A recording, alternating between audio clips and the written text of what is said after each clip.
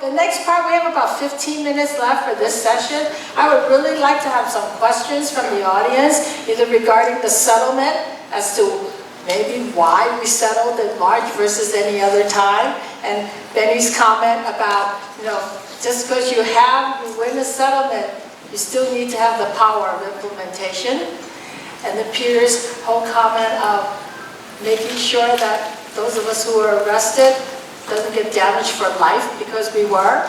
Tomasita's question about renaming, how those people agree or not agree, a question. And then lastly, with the AMED, what was the issue with the university at this time?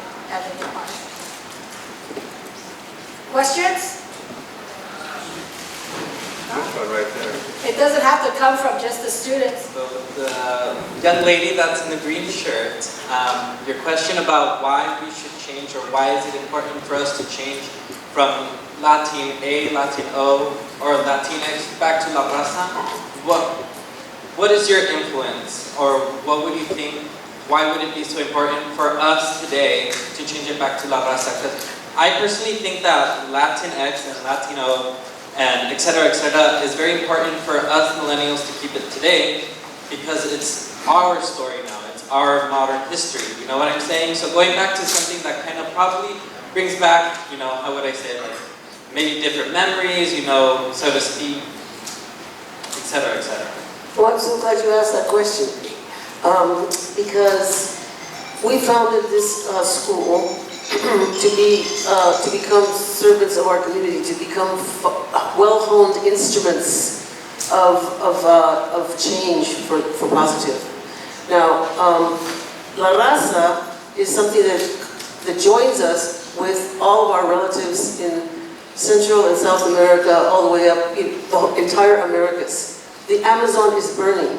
There's an indigenous activist killed every day in the Americas.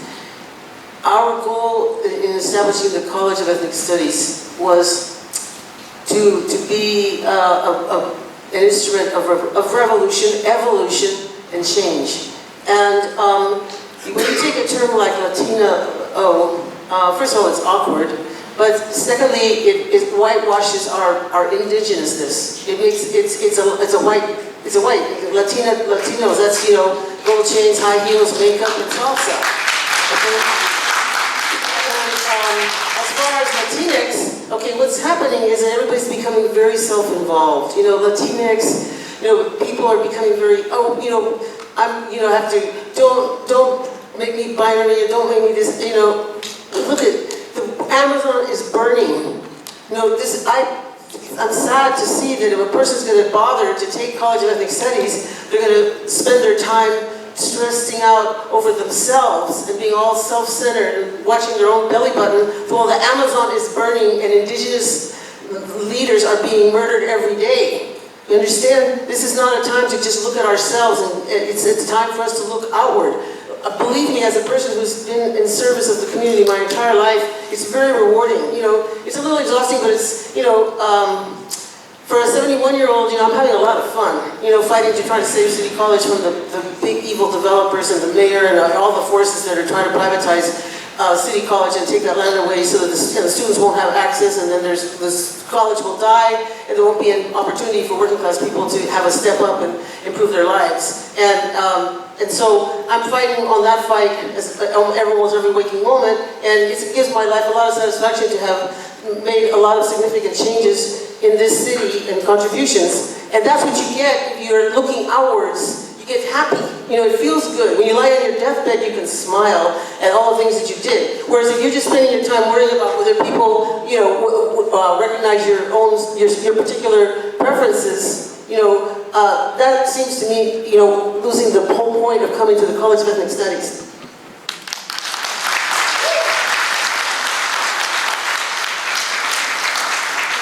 You're saying looking outward. You want us all to look outward. So where do you see this generation going? Where do you want to see us go? And what do you hope for us? And what do you hope that we all accomplish?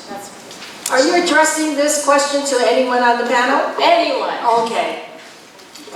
Well, let me respond by saying that you need to reflect on a piece of advice that Roger Alvarado gave earlier today, and that is that you got to deal with this tuition issue one way or another. It's in everybody's interest. Everybody's. You know, there's not some special interest group or this faction or that faction that's affected by this. This country's going to go through an economic crash you can't imagine unless it gets dealt with. What is the debt now? $1.4 trillion? 23 trillion. More than, okay, more than credit card debt in this country. And, you know, it's a form of economic slavery, and you need to revolt, folks. And what have you got? You've got the internet. You've got email. You can organize so much more easily than we could. We had mimeograph machines. You know what that The is? telephone. That was it. Telephones. You had to put the phone on the wall. Come on. Yeah, you guys can do this if you make up your minds to focus on it. Okay, she had her hand up right there. I wanted to ask Manny Stewart, so if the Army had been able to stay in place, what would it have done differently? What would it have made happen differently at San Francisco State if that had been possible and had happened, that the Army, which does need to stay in place after these struggles, were able to do that? What I think at best is that, one, the people's talent that stayed, that was there, their work could have been protected. Because when you go and settle and your power that you used to have is no longer there, then you can't build and protect what you want. But if that power is there, okay, to protect, you can build, and you can better negotiate what you want. Now, I kind of feel like some of the people that I worked with and saw after the strike, okay, they wasn't allowed to stay around and to develop what we call the baby, okay? So if they would have been, I think the creation would be much more differently, because you got a carryover of people that was in the struggle, that had a commitment, and that kept going. And then when you got new people, they have a basis or a foundation to relate to, okay? And so therefore what you create, I think, is better, or can be better, okay? And that's the main thing. I think what it means is, I also agree, because then you have the people who are strikers who built the foundation and were allowed to develop a curriculum around that foundation, then perhaps, you know, what comes afterward has a better set of precedent to follow in the future, which didn't happen, I think, especially for Black studies. Can I just add one more other thing too? I maintain, and I said this before, a student is just a problem solver in training. You know, we had cultural revolution to where we became conscious of what third world people's true contribution was to American society and all that. But we also had a revolutionary approach to the educational system itself. And that is to say, while you are in college and you are learning theory, you need to be in a community setting to where that theory is put into practice. Now, and so therefore the practice of something drives the brains, not just the knowledge of it. Do you understand what I'm saying? And so when you have that, and years ago, I just say in closing, I discovered that to where I had a roommate that used to go to State, and then he went to Harvard and got an MBA. And we was working together, and I found out in the business, school of business, that's what they did. They used real case studies that's based upon something, and they started with that to learn to improve themselves. And that's simply what we were talking about. It wasn't nothing magical about Harvard. It's just the process. Yeah, thank you so much, and thank you for the panel, and thank you for bringing the students who are actually also AMED students here. So I wanted to I had some questions left over from the panel before that connect to this one, and I'll mention them very quickly. One is Roger earlier you spoke about the ways in which we are only encouraged to do like scholarship and so on, and unfortunately, I have to say, I am at San Francisco State, that's only a facade. Actually, we are not really producing the kind, it's not necessarily that way because we're inundated with teaching, with service, with all sorts of things. So we are asked to become, and I'm talking San Francisco State, to have the appearance of being a #1 research university. But the university is not putting the resources in the students or the faculty or anything else. What the university is doing is taking the tuition from students and turning a lot to student fees. And part of that, and I think it's really important because it's a structural issue, that does not allow them even academic oversight and engagement by the faculty, and the faculty who care about the students, to actually be involved in the decision-making process. So a lot of the stuff goes administratively, it's all through the administration. And that's one of the tricks that the system does in order to actually take away what we call shared governance, the union we have, the Senate, the involvement of the students, that's one. The other big thing that is going on is that because the university only has 1/3 of the funding from the state, rather than going to the state and say, we want more money, the university is relying on private donors. So what that happens is that it becomes donor-driven agenda. The other thing that happens is that nothing becomes subject to oversight. So a lot of the stuff is not actually transparent. We do not know where the money is coming from. We do not know where it's going. We do not know who's dictating the agenda. And so all of this stuff, I think, when we talk about Palestine, part of it has to do with your original vision of third world studies and becoming ethnic studies, and the way ethnic studies gets defined by the administration, not by all of you, the strikers, and many of us in the College of Ethnic Studies that would like really to retain the spirit of '68. The revolutionary, dedicated, the way in which we bring community and students together, do all of this stuff. Actually, that's all taken away from us under the facade of actually making the students consumers and making us as faculty customer service. So, I mean, even it's not really about education. We're not even encouraged to have open classrooms. We're told that this is not because the classes are supposed to be for people who pay tuition. It's not for everybody who's supposed to be engaged. So community knowledge also is devalued. All of this stuff, the reason I'm saying all of this is because it relates to what Jules and Lubna are saying. What is going on? Palestine gets accepted as something that is troublemaking and so on, when it's actually indicative of all our academic institutions that are being silenced, and the agendas that came out of the 60s that Reagan and his other people tried to actually silence us. They tried to silence us, they tried to change, take away the gains, and have a very right-wing agenda. And claiming that we're PC or whatever and so on, and that all these guys. So we actually have a very different discourse now. And then Palestine becomes the weakest link to pick up on, an attack, and then people say, oh, you know what, I really don't want to worry about it. Then there is McCarthyism that comes in, that silences and punishes anybody who participates in it. And then when people participate, they get punished as well. So this is my questions about the third. Were you happy with the Satmani? Were you happy? I mean, you say you wanted to change it from third world and so on. What did ethnic studies become? And I think for Lubna and Jules, we had 3 settlements. The 68, you spoke about the 68. But we have the settlement of defense and advanced ethnic studies. And we have a recent settlement with Lofe. So I was wondering if you can speak about that as well. People are confused by what your question is. Does anyone understand the question here?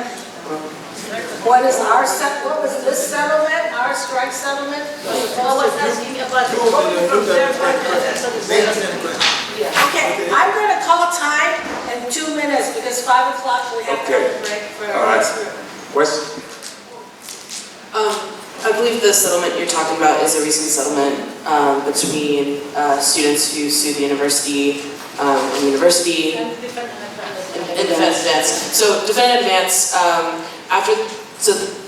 in May of 2016, there was a Sunday hunger strike, which ended in the settlement that included extending to AMED, getting it the resources that it actually was promised in its beginnings, as well as PI studies, which collapse around PI studies is now a more developed program. I'm very excited for folks as that happens. That's a big win recently. They did a huge amount of work. So anyways, but then in terms of AMED, there was supposed to be talks with AMED program after the strike had ended, and those talks completely evaporated. They didn't happen, those demands were not met, and continue to be left out in the open as things that are open-ended. I don't know, Linda, if you want to talk a little bit more. Yeah, I think that, I can't remember who it was when you were talking about like settlements and how the settlements and negotiations essentially became like counter-revolutionary and essentially like... Roger made those statements, right? What is it? And was essentially also able to collapse power. And so the thing is that even for example, like with the lawfare case, it became where the Zionist institution was able to sue the university. The university came into a settlement where they decided to hire two different coordinators, one being a Jewish life and the other one being a Muslim life coordinator. And what that means is that, you know, all of these are essentially settlements that are tied to, like, I would say in one way or another it's seen as a religious ethos rather than it being a political, like a political game that's essentially happening with the university. And the university tends to not only comply in it, but they are actually also gatekeepers in terms of what it means to pressure, what it means to fold under pressure, and how that also means to essentially move within the university, within the programs like AMED, or even within student organizations, and it became a reflection of also of how the failure or even some of the successes that happened after defended advanced ethnic studies, where a lot of these things actually became open pathways, right, to settlements and in order to appease essentially what Professor Dabab was saying about being able to appease private donors'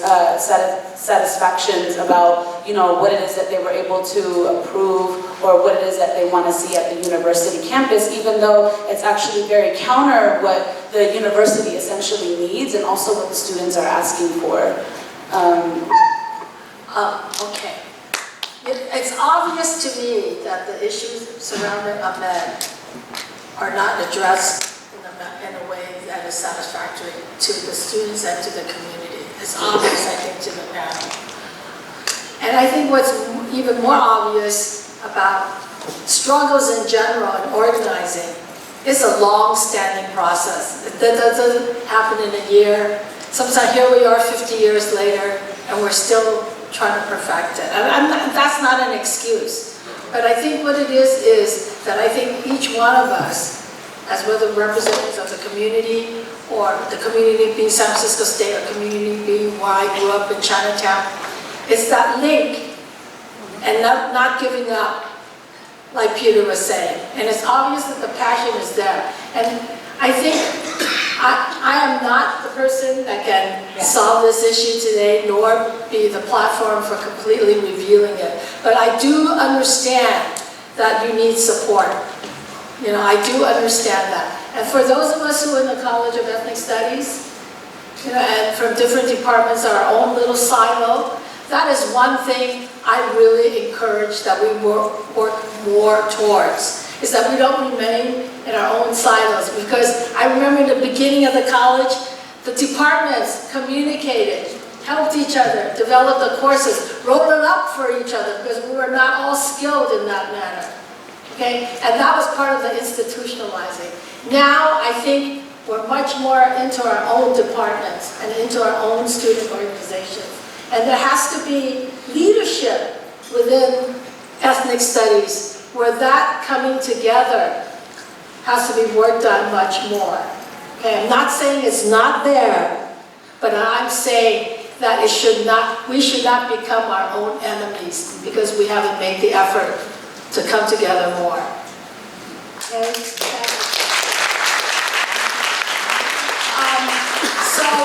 without further ado, I want to thank the panelists here, for their contributions right now. And in 5 minutes, we're going to transition into our second half of this panel. So please don't leave and don't go too far. Thank you very much.